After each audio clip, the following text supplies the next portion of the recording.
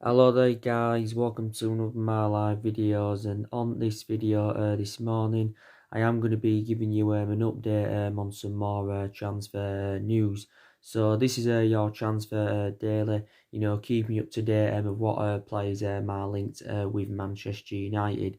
So I am going to be giving you a massive update regarding Ashley Young. Also going to be giving you an update on Babakari Soumare, who currently plays for Lille. Also going to be giving you an update on Bruno Fernandes, and these lots of other things to talk about, like we always do on this channel. Also soon, when Solskjaer's done his press conference, I will be giving you my reaction to that, building up to the Liverpool Manchester United game on Sunday. So yeah, so the big news regarding Ashley Young is that Ashley Young is set to join Inter Milan, because reports emerged out yesterday from the BBC and Sky Sports, which are two reliable sources, and they said that Manchester United and Inter Milan have agreed around the £1.3 million fee for Ashley Young, and so now he's set to join Inter Milan. He did say an add-on fee will be included in the deal if Inter Milan do win the Serie A this season. I don't think they have won it since 2010, so they haven't won it now for a decade of Inter Milan.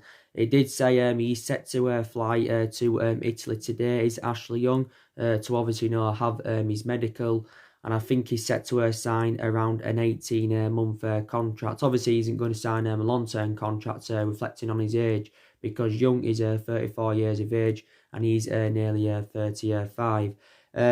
Obviously, Young is the first player to leave Manchester United in 2020. Obviously, a lot of our players left there last summer. And obviously, it's the third player, that Inter Milan have got off us. Because don't forget, last summer, Inter Milan got Lukaku offers. They also got Alexis Sanchez off us. But yeah, I did say, didn't I, Ashley Young needs to leave the football club. Obviously, Ashley Young has enjoyed, around 8.5 years at Manchester United. This is now his 9th season at the football club. He is our current captain. And Ashley Young has made a total of 261 appearances for Man United in all competitions since his arrival from Aston Villa back in 2011. I think he's played around 39 times for England. I think he's played around 18 times this season in all competitions. But obviously, Young has lost his place in the team, and it was totally comparison to last season, because last season Young was our first choice, but since the arrival of Wan-Bissaka, he's been established as our first choice right back. So yeah, it's good that Ashley Young is out of the club. It's good that he's out of the club, Ashley Young. But at one point, it was looking likely that his move to Inter Milan wasn't going to materialise, because it says, due to the swap deal with Roma, that could, interfere, Ashley Young going to Inter Milan. But obviously, that's not the case. It also said quite a few other teams had entered the race for him. It said that Crystal Palace went in for him, Lazio, West Ham, his former club, Aston Villa. But I think we are aware that, Ashley Young's preference is a move to Inter Milan. I know it recently said that, Solskjaer didn't want to, offload him in this January transfer window. I think the explanation for that is because, the amount of injuries that Manchester United have got. And we actually recently offered him a new one-year extension, but Young had turned this new one-year extension down. We gave him a new one-year extension in February of last year, which was obviously last season.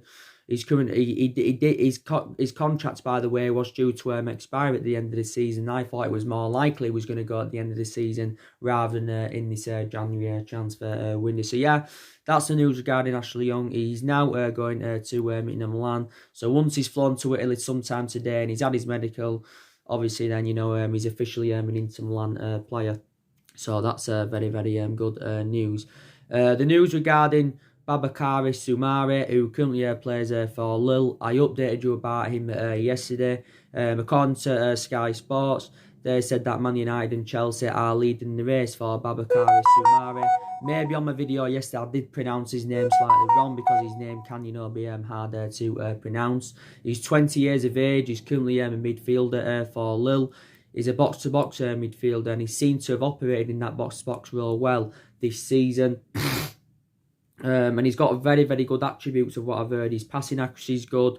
He's creative. He can also create chances. But he's very, very imminent. He's going to be leaving Lille. It did say at one point Arsenal were in for him, so too Real Madrid and Valencia were in for him. But now they've all dropped him out of the race. So now Babakari Soumare has got a decision to make. He's got to decide whether to play for Man United and Chelsea, to sign for one of them. And he's got to make the decision before the end of the month, definitely. And I think he's definitely not going to be coming to the Premier League. I still think he's got around 2.5 years left on his contract with Lille. But it's confirmed that, Babakar Soumare has had talks with Man United and Chelsea. And I love him at Manchester United. I don't really know much about the player, but I've seen some of his stats in that, and I do believe, reflecting on that, he would be a good addition to the squad. And he's only 20 years of age, and he's been at Lille a few years. Before he was at Lille, he was with PSG because he actually began his career with Paris Saint-Germain. So obviously at the moment, up until this point, he's spent the entirety of his career in France. But I think, what I've seen of him, he would be good enough for the Premier League. He'd be his Premier League standard. And I think he'd be able to replicate in the Premier League, what he has done with France. Again, I think, he would be a good, adequate replacement for, you could say he's an adequate replacement for Ander Herrera. Bruno Fernandes is the replacement for Paul Pogba. So now I'm going to give you the latest news regarding Bruno Fernandes. Now, I was reading the Daily Mail yesterday night, or was it this morning I read it? I think it was yesterday night I read it. And then I was saying that our move for Bruno Fernandes could be in doubt. Because reportedly we are reluctant, to not pay any more than £42 million up front. So we're not willing to pay any more than £42 million up front.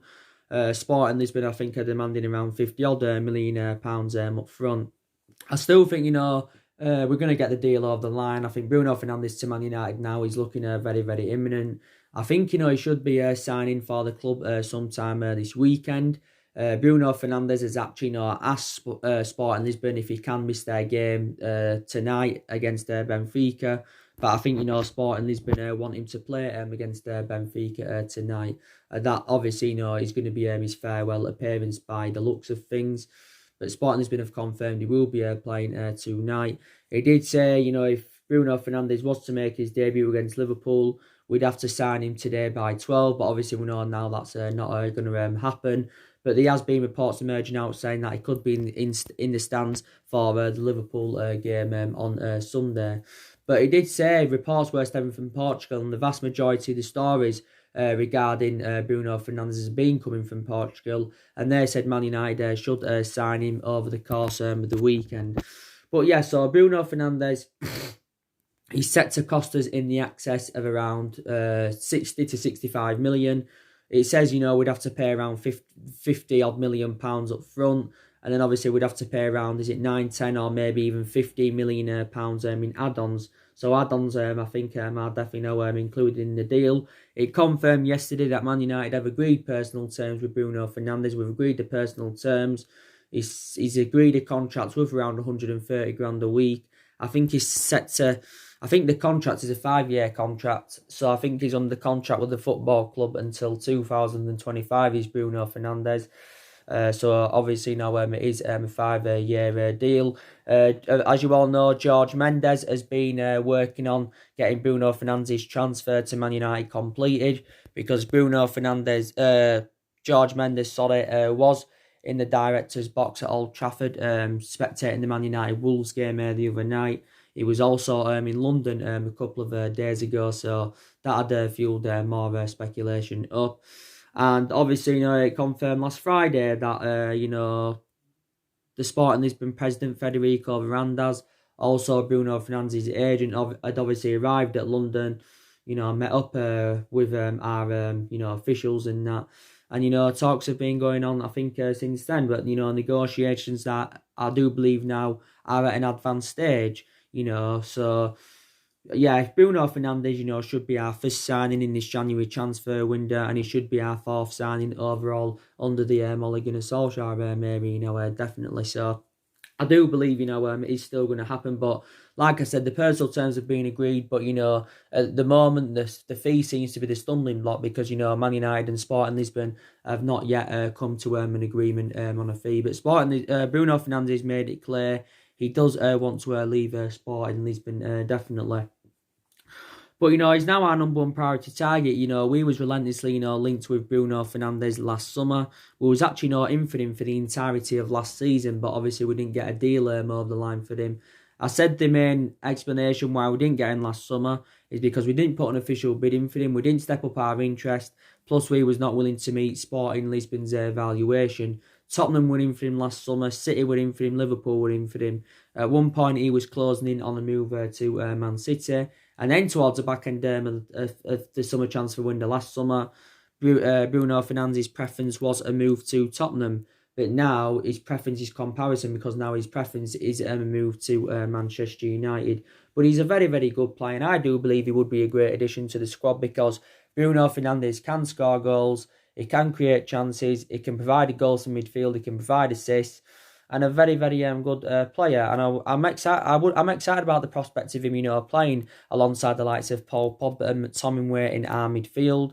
I know, obviously, they're out of injury at the moment, but he'll blend in very, very well with them when they do come back. Bruno Fernandes, I think, has enjoyed a good couple of years in Portugal with Sporting Lisbon. This is now his third season with Sporting Lisbon. Before he was at Sporting Lisbon, he was in Italy because when he was younger, he spent the entirety of his career in Italy.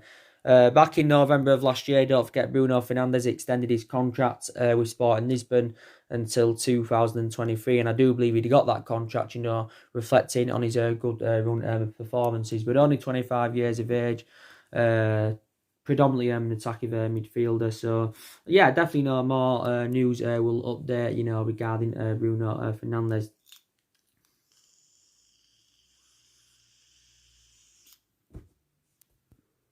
More news will update regarding Bruno Fernandes.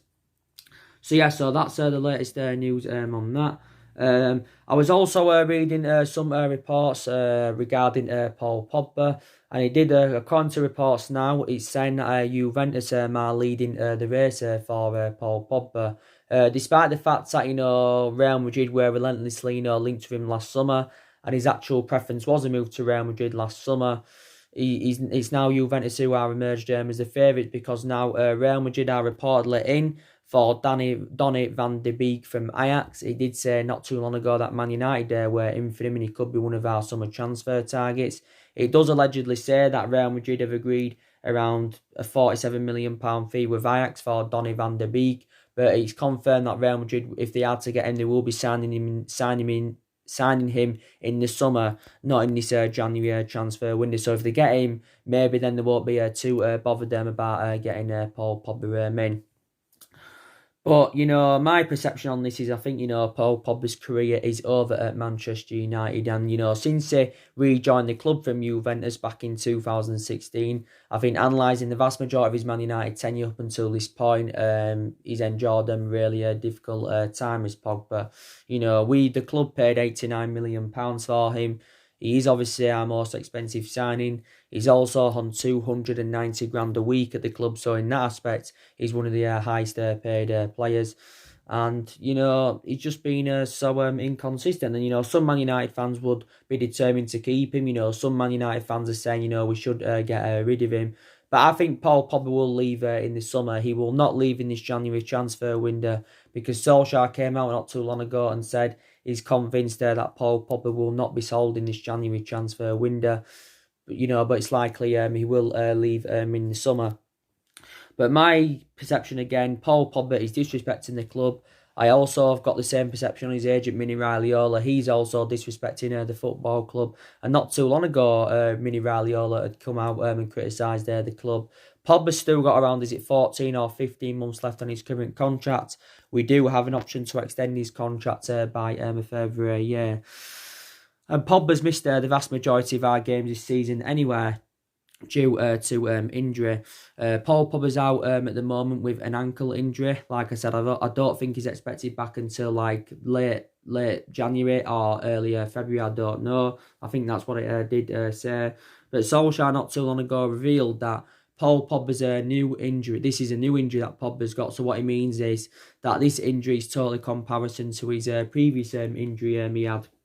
Because he was out for around 3 months with an ankle injury. But not too long ago, Pogba had the operation on his ankle, and according to him, the operation went well. But yeah, Paul Pogba doesn't want to be at Manchester United, and he confirmed this at the start of last summer, because at the start of last summer he did say, he was seeking for a new challenge, and he publicly admitted that he wanted to leave the football club. And yeah, this is what Paul Pogba had said. He said he wanted to leave the football club. But, I did say, the main reason why Paul Pogba's move to Real Madrid last summer didn't materialise was reflecting on the substantial amount we put on him. Because we said we wanted around £150 million. Real Madrid were reluctant to currently meet that. So this is why it didn't happen. But, he could make a return back to Turin, because he did enjoy 4 good years in Turin. I thought he was one of the best midfielders in the world when he played for Juventus. But I think, since he's come to Man United, the vast majority of his performances at Man United have been totally comparison to his ones in Turin. But yeah, I think it'd be beneficial to offload him, because I think, even if we get rid of him in the summer, we can still generate a substantial amount for his departure. We won't get the 150 million that we wanted last summer, but I think we could still get at least maybe 90 or 100 million pounds for him. So we can generate a substantial amount for his departure. Pogba's 26. He's still got a lot of years ahead of him as Paul Pogba, don't forget. And he's still in his prime. And Solskjaer knows deep down how much of an imperative player he is. But I think, like I said, reverting back to what I said about Bruno Fernandes, I think he is a good, adequate replacement for him.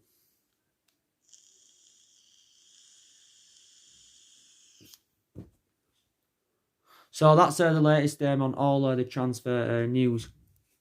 Man United, as you all know, are going up against Liverpool on Sunday at Anfield, 4:30 for kick-off. You saw my preview yesterday night. I did say, a lot of United fans will be going into this game. We're not a lot of confidence. I'm very, very sceptical, that we're going to get anything from Liverpool, but you just never know in football. And we are aware that obviously, Liverpool are strides ahead of us at the moment.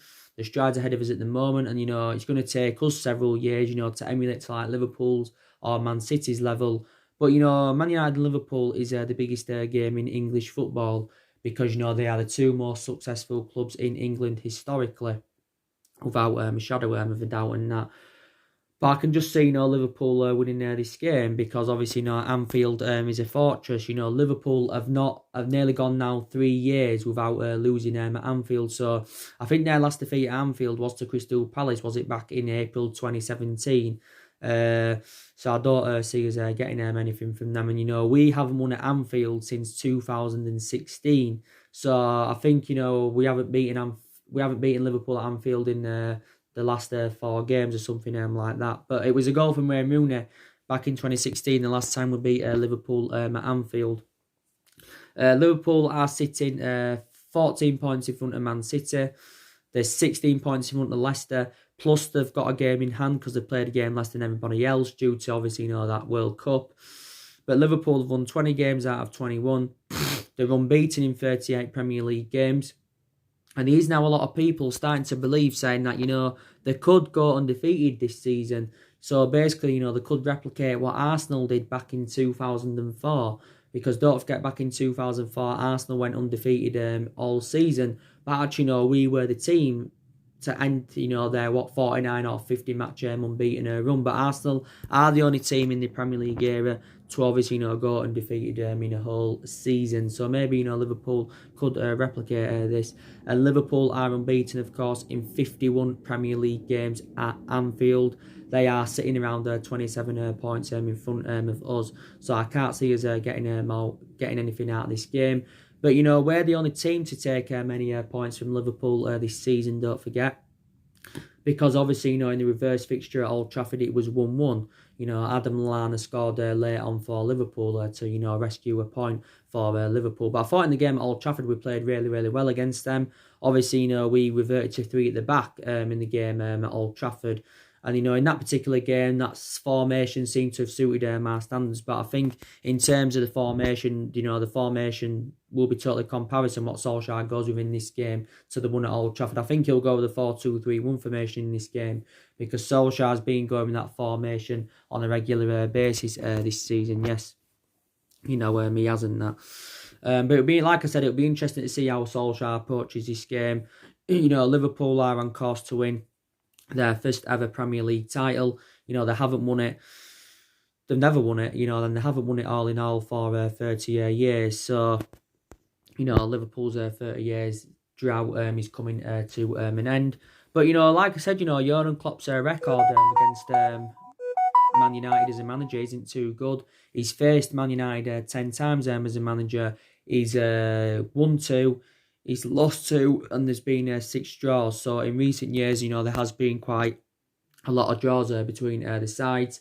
This is Ole Gunnar Solskjaer's first appearance as Man United manager, going to Anfield. So it'll be interesting to see, like I said, how he approaches the game.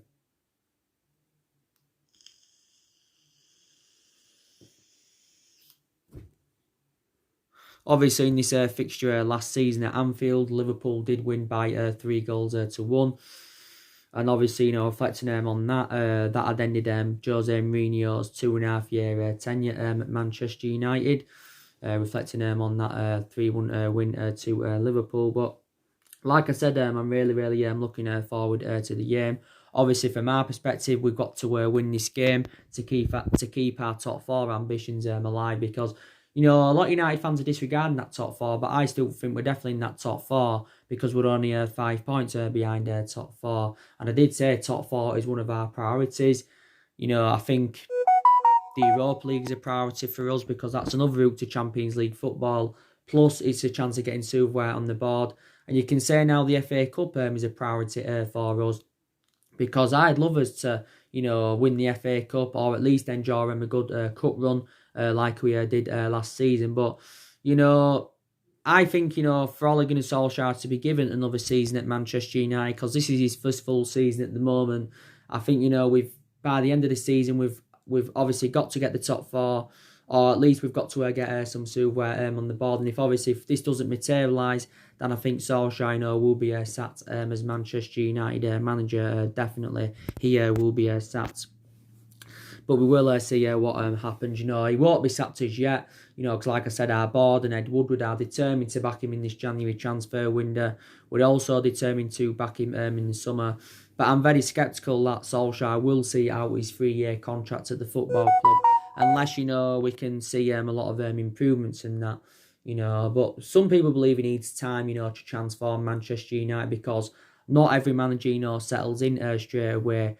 A prime example, when Jurgen Klopp got first recommended into Liverpool, he didn't settle in straight away. He didn't win out in his... he didn't win out for quite a while, did Jurgen Klopp, but he didn't settle in straight away. It took him time, but now he's at that level, where he wants to be.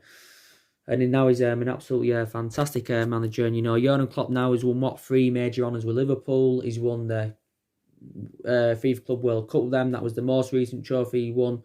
He won the Super Cup early on in the season. He won the Champions League at the end of last season. And obviously the Premier League is going to be his 4th major honour as Liverpool manager. Reflecting back when he was at Borussia Dortmund, he did win a couple of titles. Before he was at Dortmund, he was at Mainz 05. So Liverpool's actually the 3rd club that Jurgen Klopp is managing. And another, if we are determined to give Solskjaer the time he's demanding, then maybe he can emulate into like Jurgen Klopp. Another prime example, Alex Ferguson. I know he's one of the greatest, managers of all time. But, when we first recommended him in from Aberdeen back in 1984, take into account he didn't win out in his first 4 years, Alex Ferguson. Obviously, he was on the verge of getting the sack. I think he was 1 game away from the sack. But he didn't get the sack, and then look what he went accomplished after not winning out after 4 years. So he had a fantastic influence on the game as a manager, did Alex Ferguson. I just can't see Solskjaer or any other manager, invoking Ferguson's legacy at the football club. I just don't see that happening.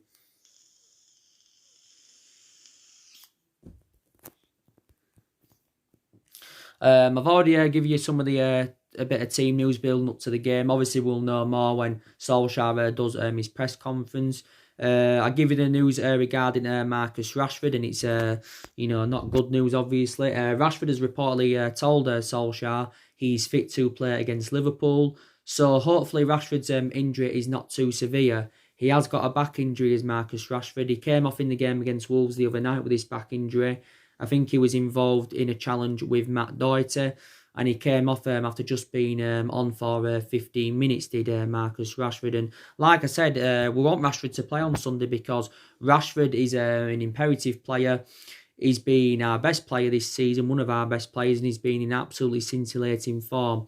Rashford is on around 16, 17 goals this season in all competitions. He has scored 63 senior goals for the club since he broke into the senior squad back in 2016.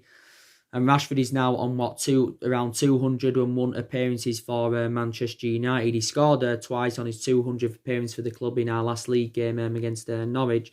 But like I said, Rashford so far till this point has spent the entirety of his career with Man United. He's been a United player since the age of 7. But, Rashford's doing absolutely fantastic. But he's a long-term solution for Man United, and he's one of the players I'll definitely know would be determined to keep. He was injured early on in the season. I think he had a bad injury last season, so it's infuriating because players were just coming back from injury. Now more injuries are coming onto the horizon. So we'll know more news regarding Rashford. Maybe in the next day he'll be getting further assessed. Like I said yesterday, he'll get further assessed in the next day or two. To see how severe the injury is. But maybe even if he doesn't start Rashford against Liverpool, he will be involved in the game. He may come on as a sub, or he may play like 50 or 60 minutes and then he may come off. But hopefully he can be available. He said Bay, could be back for Liverpool. Solskjaer confirmed this. Bay's been out with a knee injury for the entirety of the season so far. He's been out with a knee injury since pre-season, and like I said, Bay has sustained quite a lot of injuries as a Manchester United player. Yes, he has, as Eric Bay. He did confirm that he played for the reserves not too long ago. He also played for the under-21s last week, so he's just not ready for first team action as yet. Soumare been out with a knee injury. I think Marcus Rojo's still out, as you all know. Pogba and Tomware out. Luke Shaw's been out with a hamstring injury. Luke Shaw was out with a hamstring injury earlier on in the season.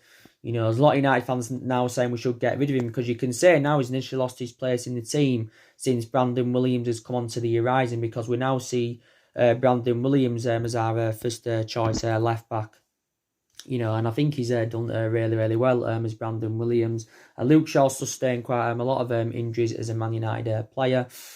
Jesse Lingard, he was injured early on this season. He's also, just come back from illness. He'll definitely make changes from the win against Wolves, because in the game against Wolves, Solskjaer made around 2 or 3 changes from the 4-0 win against Norwich. Maybe Matt should start against Liverpool because, I think when Matt has rejuvenated himself in his last couple of games, scored the goal against Wolves on Wednesday night. He took his goal really, really well. He also got 2 assists against Norwich. I know he's lost that yard of pace as Juan Mata, but I still think he can perform well. How old's Juan Mata now? He's like 32 or 33 years of age. But but you will make changes in the game. De Gea will be back in goal because it was Romero that was in goal against Wolves. Romero's got this stat's impressive. He's kept 34 clean sheets in 54 games in all competitions as Sergio Romero. But but we'll know more when Solskjaer's done his press conference. Liverpool have also got some injuries though. They've had quite a lot of injuries this season. Maybe reflects on that. Liverpool did say they may consider trying to make some signings in this January transfer window for cover up for their injuries. But for me, Liverpool don't really need many signings. I think they've got Fabinho, Dejan Lovren and Joe Matip out, but they're expected to be returned for the game on Sunday. I think they've also got Milner out, Naby Keita out. Nathaniel Klein's been out with injury for them. He's very injury prone. But Liverpool have just had some players that have just come back from injury not too long ago. Chamberlain's just come back for them. Shaqiri's just come back for them. So they have had quite a lot of injuries of Liverpool. But like I said, it's going to be interesting to see the likes of Mane coming up against Dan Wan-Bissaka, and the likes of Salah and Firmino coming up against the likes of Lindelof and Harry Maguire. And like I said, it's going to be interesting to see how we approach the game. We can't part the bus at Liverpool, like we did do under the Jose Mourinho era, or we will get punished. Definitely we will get punished. But Liverpool have got a lot of good players in their team. They've got the best centre-half in the world through Van Dijk. They've got two fantastic full-backs in Trent Alexander-Arnold and Andrew Robertson. They've got a hell of a lot of midfielders as well. Adam Lallana, Fabinho, he's good when he's fit. Jordan Henderson, Naby Keita, Jorginho Wijnaldum. So they've got a hell of a lot of midfielders, Liverpool, and they've got a great attacking trio in Salah, Firmino, and Mane. And Liverpool did sign Takumi Minamino from Red Bull Salzburg. He officially joined at the beginning of this month, but Liverpool did sign him officially before the January transfer window opened. But the difference between us and Liverpool is that Liverpool don't overpay for players, like I mentioned on the preview yesterday. But that's totally a comparison to us, because we overpay for players. Prime example, 80 million for Maguire, 50 million for Fred, 89 million for Paul Pogba, 40 million pounds for Matic. So we do overpay for players, definitely in that. But so I will be back on with some more videos soon. Drop your comments, likes below on the channel. If you do, consider subscribe as always, and take care. God bless, and I'll see you all again very, very soon. Thanks for watching.